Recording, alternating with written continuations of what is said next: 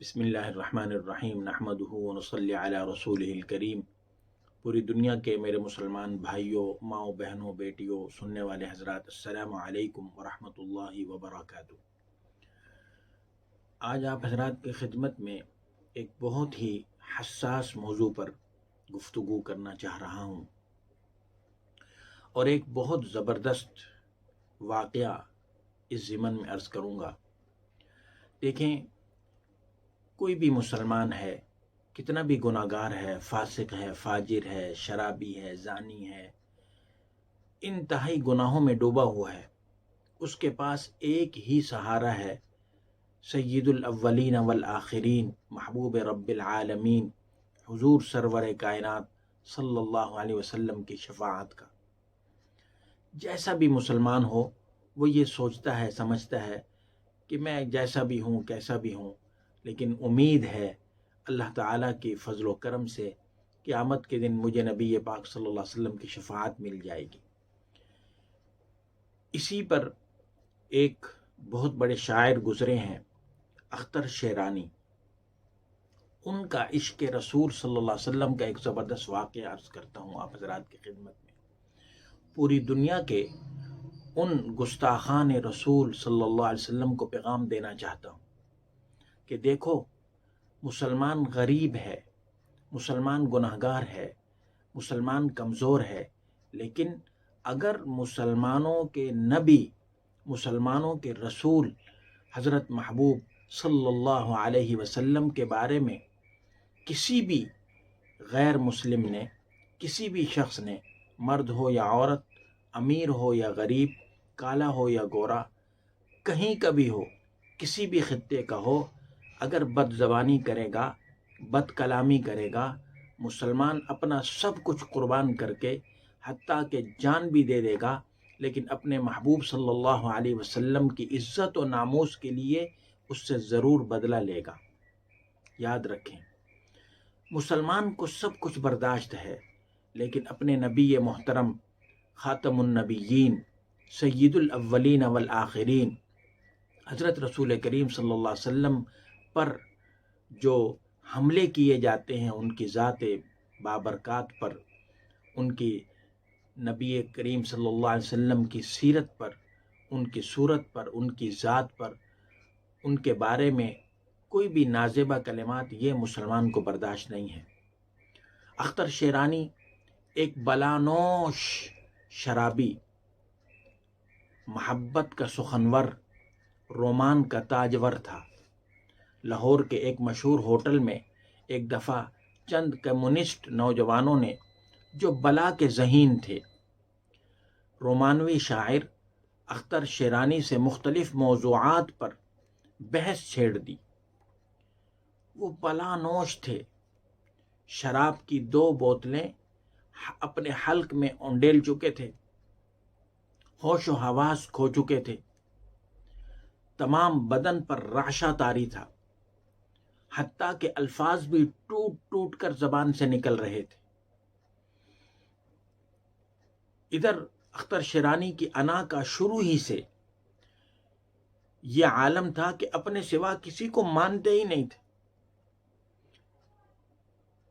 نہ جانے کیا سوال زیر بحث تھا، فرمایا مسلمانوں میں اب تک 3 شخص ایسے پیدا ہوئے ہیں جو ہر اعتبار سے ذہین و فطین بھی ہیں اور کامل فن بھی ہیں۔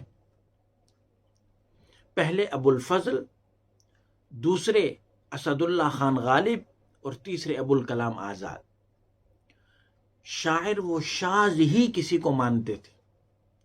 ہم عصر شعراء میں جو واقعی شاعر تھے، انہیں بھی اپنے سے کم تر خیال کرتے تھے۔ کمیونسٹ نوجوانوں نے فیض کے بارے میں سوال کیا تو طرح دے گئے۔ جوش کے متعلق پوچھا تو کہا وہ ناظم ہے۔ سردار جعفری کا نام لیا تو مسکرا دیے۔ فراق کا ذکر چھیڑا تو ہاں ہوں کر کے چپ ہو گئے۔ ساحر لدھیانوی کی بات کی تو مسکرا دیے۔ سامنے بیٹھا تھا، فرمایا مشق کرنے دو۔ ظہیر کاشمیری کے بارے میں کہا نام سنا ہے۔ احمد ندیم قاسمی، فرمایا میرا شاگرد ہے۔ نوجوانوں نے جب دیکھا کہ ترقی پسند تحریک ہی کے منکر ہیں تو بحث کا رخ پھیر دیا، کہنے لگے حضرت فلاں پیغمبر علیہ السلام کے بارے میں کیا خیال ہے؟ سماعت فرمائیں، دیکھیں آنکھیں مستی میں سرخ ہو رہی تھیں، نشے میں چور تھے، زبان پر قابو نہیں تھا، لیکن چونک کر فرمایا کیا بکتے ہو؟ ادب و انشاء یا شعر و شاعری کی بات کرو۔ اس پر کسی نے فوراً ہی افلاطون کی طرف رخ موڑ دیا کہ اس کے مکالمات کے بارے میں کیا خیال ہے، ارسطو اور سقراط کے بارے میں کیا خیال ہے۔ کہا مگر اس وقت وہ اپنے موڈ میں تھے۔ فرمایا اجی یہ پوچھو کہ ہم کون ہیں؟ یہ ارسطو، افلاطون یا سقراط آج ہوتے تو ہمارے ہی حلقے میں بیٹھتے، ہمیں ان سے کیا غرض کہ ہم ان کے بارے میں رائے دیتے پھریں۔ ان کی لڑکھڑاتی ہوئی آواز سے شہ پا کر ایک ظالم کمیونسٹ نے چبھتا ہوا سوال کر دیا، آپ کا حضرت محمد صلی اللہ علیہ وسلم کے بارے میں کیا خیال ہے؟ اللہ اللہ اللہ! نشے میں چور ایک شرابی جیسے کوئی برق تڑپی ہو، بیلور کا گلاس اٹھایا اور اس سوال کرنے والے کے سر پر دے مارا۔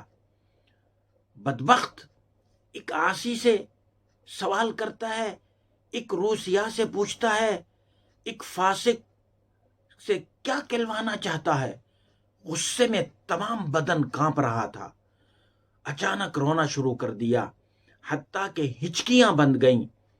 ایسی حالت میں کہنے لگے، ایسی حالت میں تم نے یہ نام کیوں لیا؟ تمہیں جرت کیسی ہوئی گستاخ و بے ادب؟ با خدا دیوانہ باش، با محمد ہوشیار صلی اللہ علیہ وسلم۔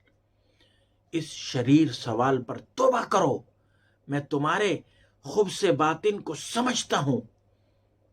خود قہر و غضب کی تصویر ہو گئے۔